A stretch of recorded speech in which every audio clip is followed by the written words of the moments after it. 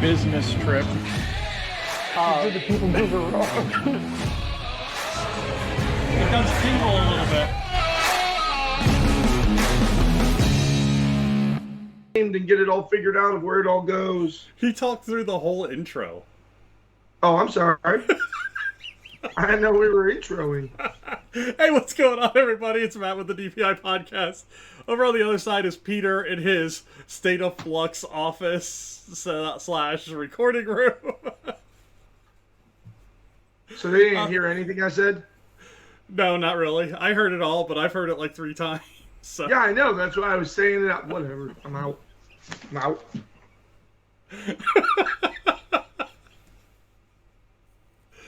All right, if you've been here before, you know what we're going to do. We're going to draw a chip from this bag here. We've got a category that we are going to pick our top 3 or our bottom 3. And Peter's going to get on the screen, and we're gonna do it together. If you haven't been here before, thanks for joining us tonight. Hit that like and subscribe button. We have a lot of fun. This is like one of our longest running segments. This is season 3-4 now, and this is lucky number 13. 13. Taylor Swift style. Right there. Perfect. Number 13 is... Okay. We've ridden all the rides. We know what they look like. It is time for our top 3 favorite queue lines. I feel like we've done this before. We have done ride music. We've done ride experience. We have not done queue lines. Check the tape. Thinking about taking a trip to Disneyland, Disney World, maybe a Disney cruise, or one of the other amazing Disney destinations? Contact me at Princess of the Mouse, and I'd love to work with you on your itinerary to the most magical places in the world. You can contact Princesses and the Mouse Disney Travel on Facebook at PATM Disney Travel. All right. Favorite queue lines. I'm still going through them all. I need more time. I know. 30 seconds is not a lot of time. Well, especially like this, because you have to like visualize the walk through every queue line. Because I don't want to like leave any out where I'm like, oh, that's actually an awesome queue line. Yeah. And this takes some time too, because if you fast pass everything or lightning lane or whatever the kids are doing these days, you miss a lot of the cool effects in some of these queue lines. Are you ready? I mean, hypothetically, I've got 4 written down, but like I said, I'm literally walking through, in my mind, I am walking through every queue line of, like, every ride at Disney World right now. Okay. I'll go with one, and I'll start it off, because I think you can go with either one of these rides in Pandora. But I'm going to go with Navi River Journey to start at number 3. What? You chose the wrong one, sir. They're both really good. Flight of Passage is potentially a number 1. It was the first one I wrote down on my list. Well, you can use it as your number 1. You got plenty of time. No, but I'm going to go with Navi River Journey just because of that entrance tent or ceremonial structure or whatever it is. It is unbelievable. And you kind of wind through it. It's like a woven wicker structure, just like you would see in the movie. And yeah, it's just really, really cool. Open air, but under shade, and you still kind of walk past some of the old RDA buildings, and because they've got them disguised as bathrooms, and yeah, just a really good queue. And I think a lot of the queues that we're going to talk about are going to be with newer rides, because that's where they've really enhanced the experience, as the ride might be shorter, but the queue is fantastic. So, my number 3 is Navi River Journey. Peter, what's your number 3? You sure we haven't done this segment before? I Yes. feel like we've done it before. All right. Oh my God, I can't believe you went with that one. Okay, my number 3. My number 3 favorite queue is going to be Frozen Ever After at Epcot. Okay. That is, for those of you that do not know this ride, first of all, as you walk in, Norway is just an absolutely beautiful pavilion. One of, like, if we were did a top 3 pavilions, this would definitely It's on be there. talked about in my top 3. Now, granted, there's only 11, so five would get the shaft. Yeah. It's like But- the NHL playoffs. Yeah, put that down in slot 13. Top three. Yeah, at Epcot. Yeah, nobody's picking America. Okay, so anyway, Frozen Ever After, like the whole thing is kind of picturesque because you kind of just like fall into this old Scandinavian architecture. It's kind of like you just sort of like feel mythology kind of hit you in the face as you kind of walk past that front building that many people don't even go in, that little Norse chapel where it talks all about the different Greek, all the different Norse gods, and it's so cool. And especially because of the Norse gods and the tie into Marvel, it's so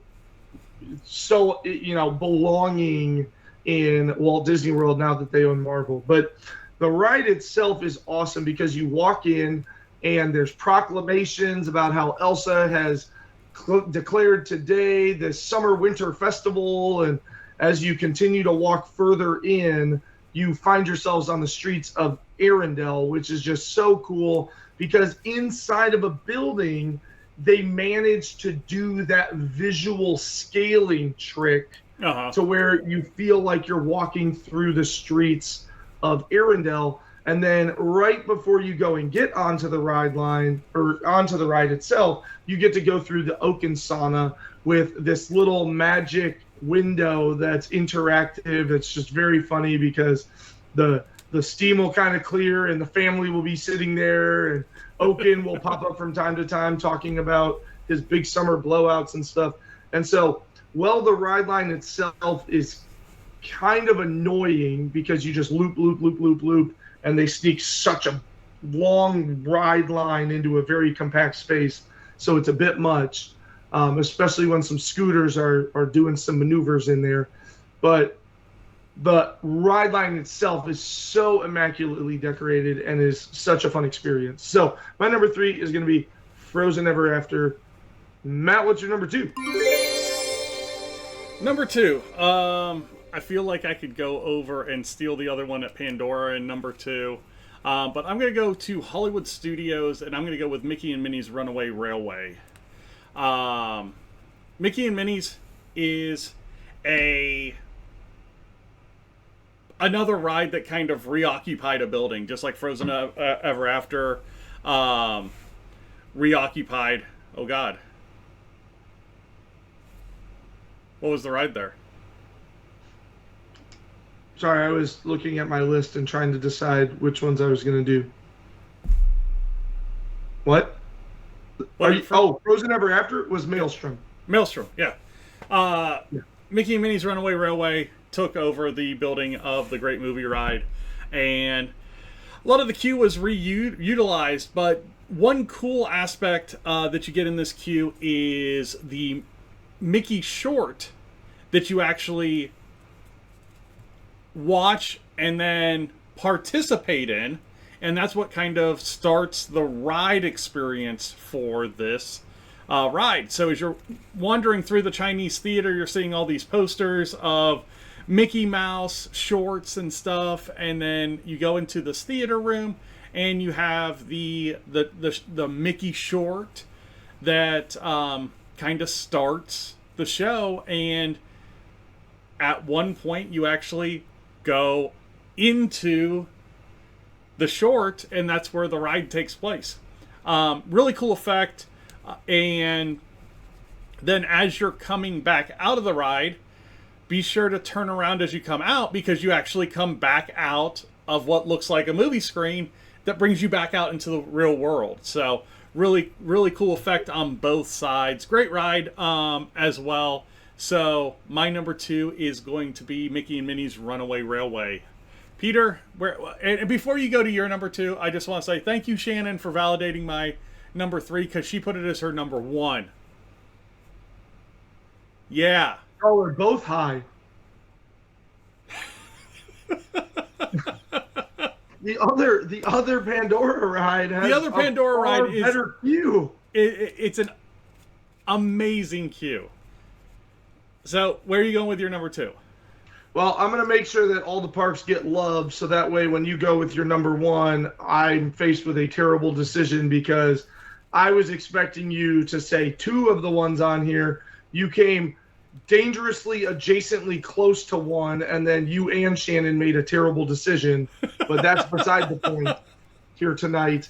But that's why they're top 3s, because this is actually one of the few top 3s where we've had quite a descent in our opinions. Because normally we're like, oh yeah, I'm so glad you mentioned that one. You're like, no. As soon as you said Mickey and Minnie, I was like, he is smoking. Oh, it is kind of cool because you go into the cartoon, and then I started to think like why you might. Yeah, no, that is really fun, and it is cool how you. And then when you walk in, the catchy music, you just like. You can't help but go through the cartoon and then like bop your way up and down all the way to the station. Like you can't stop. So all the parks are going to get some love by the time we get through our number 2, so that we can really kind of choose what we want for our number 1. It would not be a very good segment. Yep. You're freezing on us, Peter. Come on. What? Better. Go for it. You were freezing. Okay. So what I was saying before I froze, I already talked about Frozen, though. That would have been a wonderful moment for this to happen. So I don't think this would be a very good segment if we did not talk about the Little Mermaid line in Magic Kingdom. Yeah. Like, that line is remarkable. So you start kind of on the rocky shoal area of the kingdom, and you weave your way through the rocky shoals, and you meet Scuttle and you meet some other characters as you work your way through there. And then it's wonderful because they used really natural looking features to create shade on a hot day when that line does get a little bit longer. Before you get into the show building, it's very cool because there's kind of water splashing around in various places and a lot of naturally shading out of these rock formations. But ultimately, you go in and Scuttle has kind of that same Mr. Potato Head AI thing going on, because he kind of throws out different stuff, but it definitely, you can definitely tell there's some type of a camera work there, because they will specifically say things like, as people, if there's no line, people will just like scoop under those cues, and Scuttle will mention it. Like, where are you going? You want to leave it in such a hurry? Like type of stuff like that. And then you really come around the corner, and now you sort of find yourselves in some like palatial column work, and you start to gain the grandeur of Eric's castle, and it sort of transports you into getting into that clamshell. And I'm always blown away, because this is one of the rides that, do you get a fast pass or a lightning lane for this thing? I don't think so. I think you just wait till the ride line says 15-minute wait, and just make it how you wait for your Seven Dwarfs return time to come up. So Voyage of the Little Mermaid, over at Magic Kingdom, a fantastic ride line, and really, really adds to the whole ride experience. Yes. All right. Go into our number 1s. I think people lost a lot of respect for me with Navi River Journey, so I will redeem myself with my number. Wait, you have other people saying? With my number one, I'm gonna stay in Hollywood Studios, and I'm gonna go with Rise of the Resistance. All right, you got one that I wrote down. Good job. Okay. Now I have to pick between two. So Rise of the Resistance, if you really wanna get down to brass tacks, it is a ride and 2 shows as part of a queue with 2 show buildings and 3 set pieces, basically. It's crazy. So first, you in the queue line, you're going through like the lockers and the stuff of a Jedi base, and you get to the first show set, and it's BB-8 and it's Rey talking about your mission and what you need to do. You get on your transporter and you get captured, and you go into set building number 2, which is a Star Destroyer, and the wow factor of coming out of your shuttle into that building is unbelievable.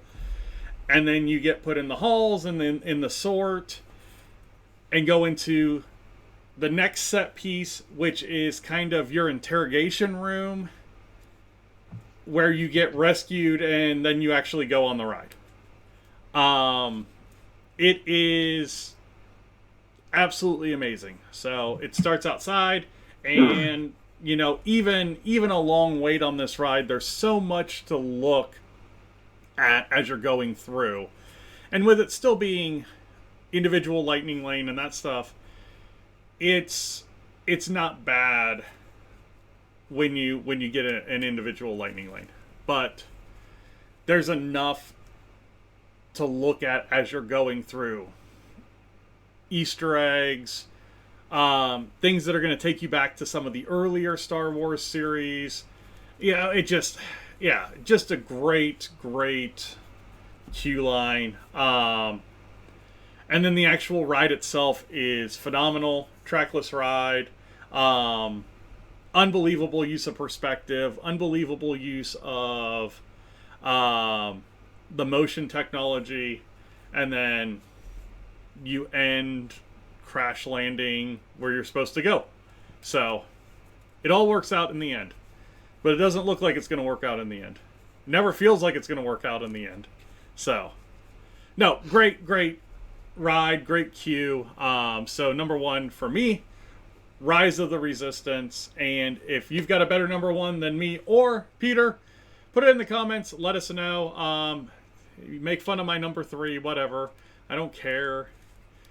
I want to know what's happening in the chat. Are you? It's engagement, no matter what it is.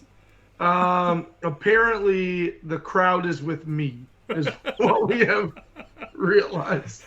But if you do have a topic for another top 3 for us, go over to the website, patm.disneytravel.wixsite.com/planning, and let us know in the text box there. Peter,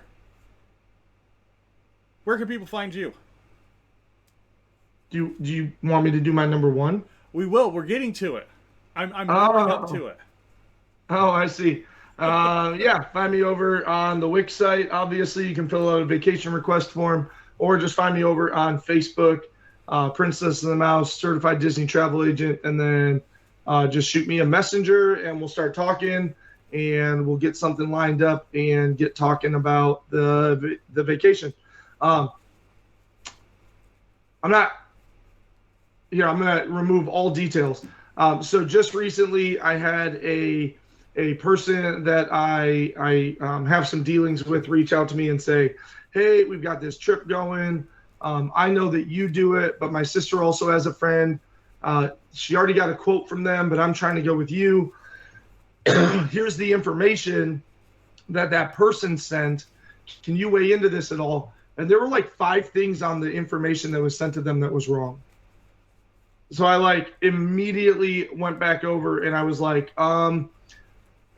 I'm not going to bash or kick down any other person, but I'm telling you that this is clearly a travel agent that sells Disney without truly understanding it, because a lot of the stuff in here is just straight out of promotional content and not recent promotional content. So there were just some errors. Like, for example, you and I can speak on this. So $16 a day for Genie Plus per person. Yeah. It's not for like almost a year now, right? Yeah. It's a sliding scale, definitely. Right. Well, it's a sliding scale, and I haven't seen it as low as 16 in a long time. Yeah. Like, to make a point of this to this person, I like snapshotted the app, and it was like a relatively it was like last Tuesday, which is not a busy day, and it was like $24 per person. Yeah. I was like, this is the slow time of year. You're going during a busy time of year. So just little stuff like that. So I would love to talk to you. I'm going to get you the information, and if I don't know the information, which is few and far between, I'm going to find the information, because I'm going to make sure that you get the appropriate information so that you're ready to roll on your trip. Yeah. Anyway, so with my number one, I can go to my number one now? You can go to your number one now. Okay. So there are so many. This is such a difficult, because I'm thinking like, so obviously my number one is Soarin', because who doesn't want to just go stand in a bunch of plate steel? No, it's obviously not Soarin'. But I'm thinking around all these rides, and this has been a great segment, because I've really, like, in my mind, walked through a lot of these queues to really see what they look like. We're not going to get to some great ones. Like Seas with Nemo and Friends at Epcot might be the greatest queue for the crappiest ride. I already did Voyage of the Little Mermaid, which is kind of in the same vein. Like, the ride ain't much to talk about, but dang, they dressed it up with a nice queue. We've talked on this show about how Peter Pan's queue is so immersive in the ride experience that you almost like Lightning Lane just destroys the total ride experience. I think we brought up Peter Pan in our top 3 about experiences that are sold to us. Yeah. So just tip of the cap to, like, Pirates of the Caribbean, Haunted, all of these things are so immersive. That's what I always tell my clients. Don't go expecting a Cedar Point or a Six Flags or even a Universal to some degree, because those are just trying to sell you thrills. Disney's trying to sell you experiences, and the ride queues just go to show that. Like Slinky Dog Dash. When you go on to Slinky Dog Dash, like, there are pieces of track just laying on the ground because Andy didn't use all the pieces of the kit. Each of those pieces of track are like several $100,000 true ride track pieces. Yeah. Like, what? Or Toy Story Mania, the level of intricacy in like the child-sized stuff is just remarkable. But I am going to go with another new ride for my number one. I am going to go with Guardians of the Galaxy Cosmic Rewind. I have mentioned before, I just find this to be such an amazing, immersive, enjoyable queue. Even if you go in and you find yourself in the very, very first area, the AI that's kind of talking to you, it's like Nova's AI that is speaking to you and talking about the things that it's learned about us Terrans. And then you move your way up and you get immersed into Nova culture, which is just so cool, seeing their different uniforms and seeing a map of the world lit up with the different arts versus education versus infrastructural things. You get to see all their different levels of ships displayed. There's lots and lots of immersive things. And then you get into the first showroom after being sorted, where you get somebody who looks incredibly like Terry Crews and Glenn Close, but they're not. They're not, because it's Nova Prime and Centurion Merrick. So, like, it's clearly not Glenn Close and Terry Crews. Yeah, it's clearly not the Office linebacker. Right. Not at all. But you go and there's a great little video there with some jokes and kind of a culmination, and then you move into a very, very amazing experience room. A lot of people, I mean, I'm guilty. We ruin it because we know where the next door is, and so we totally do. Like, I wish everybody could walk into that room the way that I walked into it the first time, because when I walked into that room the first time and had no idea, I stood there directly under the portal. I took in the amazingness that was the show. I watched the entire thing, and then I went, oh crap, there's a door over there. Yeah. It's such an amazing experience. It's so fun. Use of visual effects. Again, jokes from the Guardians. One of my favorite little Easter eggs is Rocket jumps up and goes, hey, I reprogrammed the shuttles. And he holds up a little iPad, and it says success probability 0.02%. You're just like, yeah, that's about right. Yeah. So Guardians of the Galaxy Cosmic Rewind is a fantastic queue, just a wonderful experience.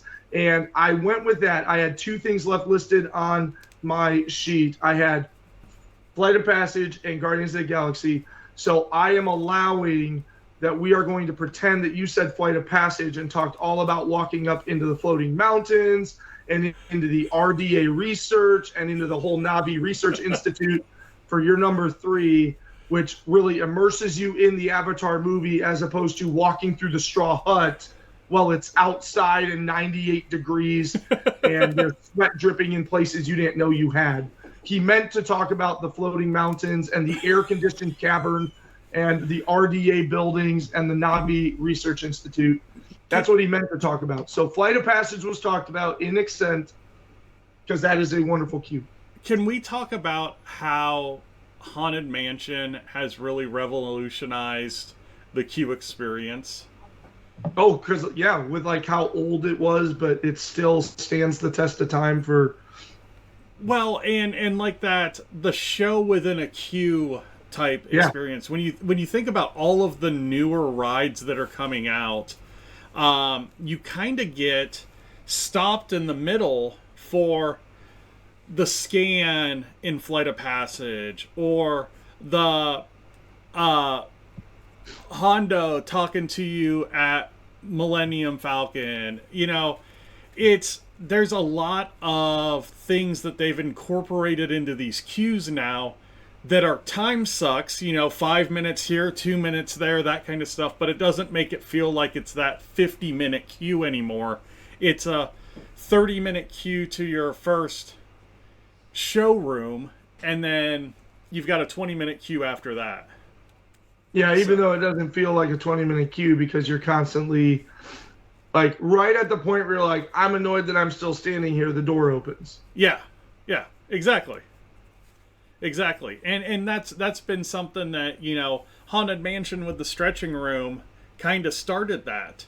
Is Sure. You go through that whole outdoor queue, you get herded into the stretching room, and then it kind of breaks up what can be a pretty miserable queue if it was just straight through. So yeah, that graveyard's kind of fun. Walking through there, there's some like water spitting things and yeah, but that's stuff that they've added since. I mean, it's a good queue for sure. Yeah. But yeah, the stretching room, you're absolutely right. I really like the Disneyland version of Haunted Mansion. And Matt, battery died or something maybe. Yeah. I really like the Disneyland version because some of the early ride rooms is part of the queue that you walk through. So it's very enjoyable, very cool to experience that for sure.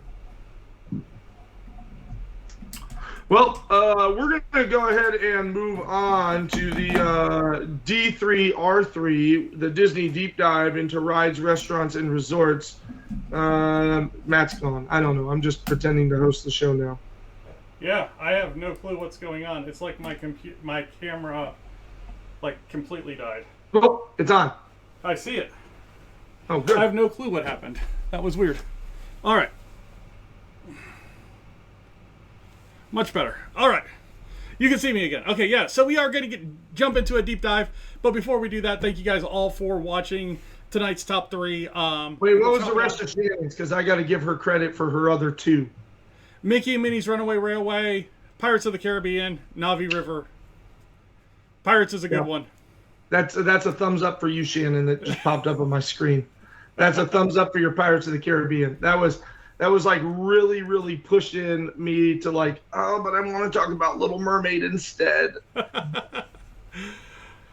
All right. Well, thank you guys all for watching this week's top 3 episode. We'll catch you next time.